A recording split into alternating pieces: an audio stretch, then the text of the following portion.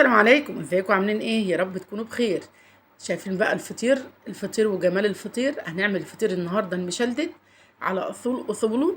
هنعمله كده ما شاء الله بطريقتين. وعايزه اقول لكم ان الفطير المشلتت مش بس له طريقتين، الفطير المشلتت ليه يعني طرق عديده جدا جدا. عملت لكم قبل كده فطير اللي هو كنت عامله لكم كور كده حلقات جوه بعضها.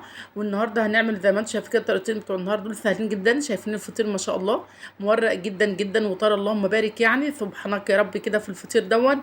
عايزه اقول لكم يعني انا اتعلمت الفطير دون صراحه، اتعلمته على كبر، ما كنتش بعرف اعمله اصلا يعني.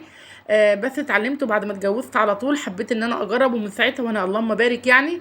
ما شاء الله الفطير بعمله يعني مش قادره اقول لكم بقى. شايفين الفطيره ما شاء الله. دي الفطيره دي اكبر فطيره انا عملت النهارده. كيلو من الدقيق عمل معانا 3 فطاير صغيرين زي ما انتم شايفين كده، وفطيرتين كبار بس فيهم واحده كبيره جدا ما شاء الله. ما شاء الله اللهم بارك يعني. دي مليانه، حجمها كبير. تعالوا بقى نشوف نعمل مع بعض ازاي كده. بس قبل ما نخش على الفيديو يا ريت ما تنسوناش اللايك والشير، واللي عجبه الفيديو فضلا وليس امرا يا ريت الاشتراك في القناه ولايك. تعالوا بقى نسمي بسم الله. هنا كان معايا كيلو من الدقيق، طبعا انا نخلاه وقلت لكم انا بحب انخل الدقيق بتاعي مره واثنين وثلاثه. انا طبعا هنا كوبايه من الميه مبدئيا كده نزلت فيها بمعلقه صغيره من الملح، واربع معالق صغيره من السكر، يعني معلقتين كبار من السكر. انا بحب ادوب الملح والسكر في الميه عشان ما يبقاش فيه اي حبيبات. فيه سكر دلوقتي بقى خشن جدا مش بيدوب بسرعه في الدقيق. طبعا واحنا بنفرد العجين معانا بيتقطع، يعني بيبقى مخرط كده في العجين وبيخلي العجين تقطع معانا. فانا اسلم طريقه ان انتوا تدوبوا السكر والملح في الميه الاول زي ما انتم شايفين كده. انا نزلت بيه كده بالميه على العجين، وطبعا زي ما انتم شايفين انا مش هعجن، انا يا دوبك لميت العجين بالميه بس كده ومش هعجن. هغطيه كده بكيس تلاجة كده، هفتحه واغطيه وهسيبه نص ساعه، وهرجع له تاني بعد نص ساعه. بصوا بقى بعد نص ساعه شايفين انا ولا عجنت ولا تعبت ولا عملت اي مجهود. هلم كده العجينه تاني كده، برضو بلمها مش عجن، لا بلمها كده. شايفين هغطيها وهسيبها نص ساعه كمان، وهغطيها وهسيبها. انت ممكن تسيبها نص ساعه، ساعه، اكتر من كده براحتك. شايفين بقى بصوا كده. شايفين العجينه انا عملتها مره كمان مش قدام الكاميرا، يعني انا عملتها مرتين. عجنتها وغطيتها مرتين، ودي كده بقى ايه خلاص بعد المرتين العجينه زي الملبن في ايدينا كده ما شاء الله اللهم بارك. عجينه الفطير ما بتبقاش قاسيه، بتبقى فيها تلزيق، يعني تلزيق بسيط كده.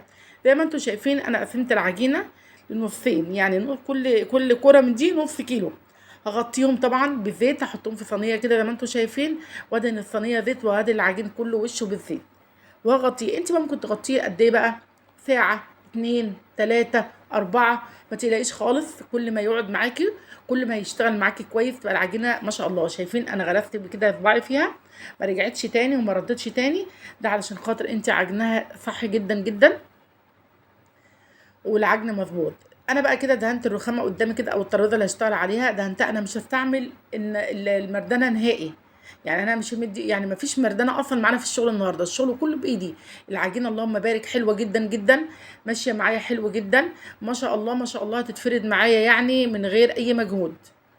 زي ما انتم شايفين كده انا هفردها معايا بقى زي ما انا عايزه. دي طريقه، يعني انا كنت هعمل الفطير كله بطريقه واحده، لكن حبيت اعرفكم طريقتين للفطير. عملت معاكم الطريقه دي قبل كده برضو على فكره. الطريقتين دول عملتهم معاكم قبل كده مع الكور الصغيره اللي هي كل كوره جوه بعضها دي. عملت معاكم ال3 طرق على الفطير دي معاكم قبل كده على القناه. انا عامله الفطير معاكم مره واثنين وثلاثه، بس كل مره كده يعني بنحب نفكر بعضنا بيها. زي ما انتم شايفين فردت العجينه كلها كده، مش لازم سمك رقيق جدا ولا حاجه. ودهنتها سمنه، انا كان عندي سمنه بلدي على سمنه نباتي. عملتها رول زي ما انتم شايفين كده كانها نعمل سينابون كده. وهقطعها بقى على قد التقطيعه اللي انا عايزاها، يعني عايزه الفطيره كبيره هقطعها على قدها، عايزه الفطيره صغيره هقطعها. انا قطعتهم على 2 مبدئيا كده.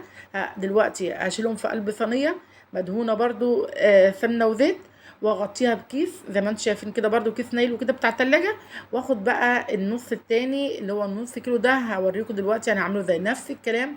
مش هحتاج مردانه برضو ولا اي حاجه، اهم حاجه السطح اللي انت بتشتغلي عليه يكون مدهون بالزيت والسمنه كويس. اهم حاجه بالزيت كمان اكتر من السمنه، لان السمنه بتجمد معانا على الرخامه، فاحنا بنحط زيت علشان ما تجمدش معانا.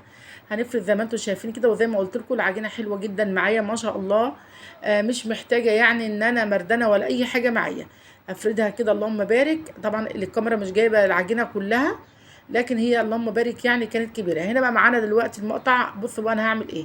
العجينه ما تفردهاش، يعني ما تعمليش فيها مجهود، مش هترققيها ولا تخليها رقيقه جدا ولا اي حاجه، لا فرده عاديه خالص. انتم شايفين العجينه مش رقيقه زي ما انتم شايفين كده. طبعا الشكل قدامكم اكتر من الشرح ان انا اقوله لكم. شايفين دلوقتي انا هدهن كل العجينه بتاعتنا دلوقتي بالسمنه. دي خليط زي ما قلت لكم، خليط من السمنه النباتي والسمنه البلدي. ممكن تعمليها بزبده هتكون احسن واحسن، بس الصراحه انا ما كانش عندي زبده، انا عندي سمنه بلدي وعندي سمنه نباتي، فعملت خليط كده. شايفين بقى، شايفين الشكل دون. انا بطبق كده التقطيعات اللي عملتها كده زي ما انتم شايفين، تطبيقه والتانية عليها، تطبيقه والتانية عليها كده، زي ما يعني طبعا الشرح طبعا يعني الشكل قدامكم واضح. زي ما انتم شايفين الطريقه دي سهله جدا جدا برضو، من غير اي مجهود كده ولا فرد ولا اي حاجه خالص. وبسم الله ما شاء الله يعني هتطلع معاكم الفطيره الله اكبر عليه. اخلص كده، اخلصها كلها كده دلوقتي تطبيقه كده، واتني واظبط الدنيا واقفل حوالين كل تطبيقه، بقفل حواليها كده. شايفين بقفلها كده كويس جدا. هنا بقى هشيلها في قلب صينيه وهغطيها واعينهم في التلاجة علشان خاطر ترتاح براحتها خالص. بقى انا كنت عاملاها ديت امتى، يعني كنت عاملاها تقريبا كده المغرب. ولما جيت خلاص بقى ان احنا يعني المفروض ان احنا بقى كنا نتغدى، ده كان غدا بتاعنا يعني. عملتها على الساعة 10 بالليل. طبعا كانت مرتاحة جدا معايا ما شاء الله. شايفين ده هنشتغل بقى دي الاول كده. بصوا كده دي بقى انا هعمل فيها ايه. دي كده انا اعملها معايا هنفتح. شايفين بصوا حاجه كده سهله جدا جدا جدا. العجينه مرتاحه ومخدومه ما شاء الله، وطبعا ارتاحت كفايه في التلاجة. شايفين قلت لكم النهارده الفطير بتاعنا سهل جدا، ونعمله بطريقه سهله وبسيطه جدا، واي حد يقوم يعمله على طول مش هياخد معاه اي حاجه. وعايزه اقول لكم اللي وصل معانا لحد هنا من الفيديو، يا رب كده يعجبوا الفيديو بتاعنا وياخد جولة في قناتي. ولو عجبوا فيديوهاتي يا ريت ما ينسناش في اللايك والشير وتفعيل الجرس، وفضلا وليس امر الاشتراك واللايك. هنا زي ما انتم شايفين كده فردتها بايديا كده ودهنتها دهنه من السمنه. يا جماعه السمنه احنا بنحطها هنا مش كتير ابدا والله. الفطير يعني سمنه، ومعنى الفطير يعني سمنه، فهو بياخد سمنه كتير، وبعدين اي سمنه زياده هو بينزلها في الفرن. زي ما انتم شايفين كده هطبقها كده 3 تطبيقات فوق بعض كده، واروح عاملاها كده ايه زي ما انتم شايفين كده، اليمين على الشمال والشمال على اليمين، واروح جايه لما العجينه كلها معايا كده اعملها كوره، وهسيبها ترتاح تاني في قلب الصينيه. تمام. هعمل بقى اللي بقيتها النص التاني ده انا هقطعه على 2 عشان انا عايزه اعمله فطيرتين صغيرين هيعملوا معانا زي ما انتم شايفين 2. انا هحط اللي هناك دول 2 مع بعض ودي لوحدها كده، يعملوا معانا فطيرتين صغيرين زي بتاعه الافران، بس طبعا ملهاش علاقه تماما بفطير الافران، لا طعم ولا شكل ولا اي حاجه. اللهم بارك يعني ده فطير بشلتت كده فلاحي على اصوله، طعمه حلو جدا جدا اللهم بارك يعني. دي كوره اهي، ودي هحط الكوره التانيه عليها.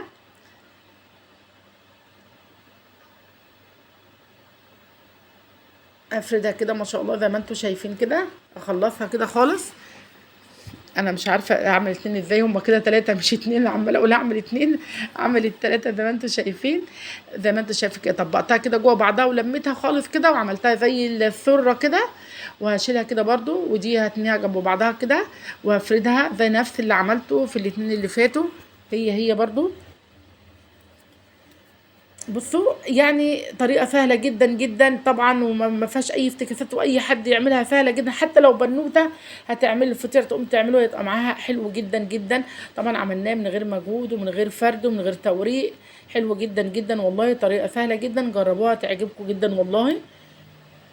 هشيلها زي ما انتم شايفين كده برضو اهي. هنا بقى هسيبهم يرتاحوا واغطيهم واسيبهم يرتاحوا كده براحتهم زي ما قلت لكم كده، لحد ما تيجي بقى وقت الاكل بتاعنا، او احنا وقت الغداء او العشاء زي ما تكونوا بتعملوه. وهحطه بقى في قلب زي ما هو كده في التلاجة، وبعد كده اطلعه زي ما انتم شايفين. انا بعمله بفرده في صينيه، لقيت الصينيه صغيره هتبقى صغيره جدا على الفطيره، فهنقله في صينيه اكبر. دي زي ما انتم شايفين ما شاء الله، شايفين حجم الصينيه ديت. دي حجم الصينيه دي ما شاء الله 32، يعني في حجم الفطيره كانت جامبو يعني. وكمان ما شاء الله يعني كانت سمكها حلو جدا جدا، الفطيره مليانه كده، يعني انا ممكن اعملها فطيرتين وفطيرتين حلوين، لكن انا حبيت اعملها فطيره مليانه كده. ادي دهن السمنه من على الوش كده سمنه بلدي، ولو عندك قشطه ادهنيها بالقشطه من على الوش، بس بالامانه انا عندي قشطه اي نعم، بس مش بحب ادهن وشها قشطه، لان وشها يعني بحس ان هو بيتحمر زياده عن اللزوم، وما رضيتش احطها علشان وشها ما يتحمرش، وبرده حمرتها. بس كده الكوره بقى، كل كوره بمسكها بقى كده زي ما انتم شايفين كده، بحاول افردها ببططها زي ما بنعمل كده يعني، السمك اللي انت عايزاه. بس كده خلاص في قلب الصينيه، وشكرا كده خلاص كده الفطيرتين ما شاء الله كده كده، دي زي فطير الافران، بس زي ما قلت لكم ملهوش علاقه اصلا بفطير الافران نهائي. دي كانت بتبقى سمنه توريق مخصوصه كده، طبعا مش صحيه ابدا، لكن دي بتاعتنا ما شاء الله سمنه بلدي وسمنه نباتي، يعني نوعا ما يعني احسن 100 مره من سمنه الافران.